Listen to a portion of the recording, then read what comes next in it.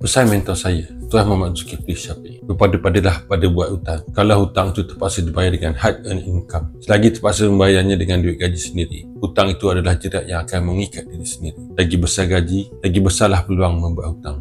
Lagi banyak hutang yang dibuat, lagi kuatlah ikatan itu. Membayar hutang menggunakan hard earned income bermaksud kita terpaksa bekerja keras untuk mendapatkan pendapatan supaya dapat terus membayar hutang. Bila hilang upaya untuk terus bekerja, maka hilanglah upaya untuk membayar kesemua hutang-hutang itu. Sebelum menandatangani surat hutang, ambil waktu bertenang sekejap untuk berfikir apa akan jadi kepada kehidupan aku sekeluarga sekiranya aku hilang upaya untuk bekerja secara tiba-tiba. Jangan fikir langit akan sentiasa cerah. Hari ini kita lihat musibah terjadi ke atas orang lain, maka apakah kita pasti kita akan selamat dari musibah yang terjadi kepada orang lain itu? Nasihat dari mentor saya, selagi terpaksa membayar segala hutang-hutang itu dengan hard earned income, berpada-padalah dalam berhutang. Berhutang hanya pada perkara-perkara yang benar-benar perlu dan dalam jumlah yang benar-benar perlu. Sekiranya apa-apa terjadi kepada kita, insya-Allah kita masih boleh bertahan berbanding orang lain yang terpaksa tergadai segalanya. Nak mula menabung emas dengan public gold? Sila DM saya untuk saya bantu sebaiknya.